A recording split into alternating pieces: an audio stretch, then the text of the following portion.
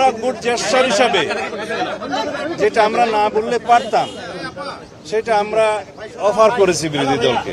Deputy speaker তাদের পক্ষ থেকে যেন নির্বাচিত হয় না, প্রত্যাখ্যান করেনি। আমি শুনেছি তাদের লিখিত প্রস্তাব যে তারা যেন একটা লিখিত প্রস্তাব দেয়।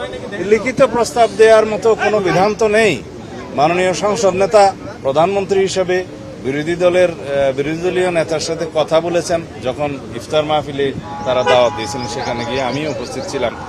এই হিসাবে তাদের সেই প্রস্তাবটা গ্রহণ করা উচিত বলে আমি মনে করি।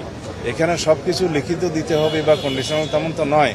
আমরা এটা উদারতা প্রদর্শন করতে চেয়েছিলাম যে আমরা চাই জুলাই জাতীয় সনদে যা কিছু আমরা সম্মত হয়েছি তা এখন থেকেই প্র্যাকটিস করি। তবে ওনারা সঠিক বলেছেন যে সংবিধান সংশোধিত হবে, 2টা ডেপুটি স্পিকারের পদ সৃজন হবে, তারপরে একটা ডেপুটি স্পিকার তারা পাবেন একজন।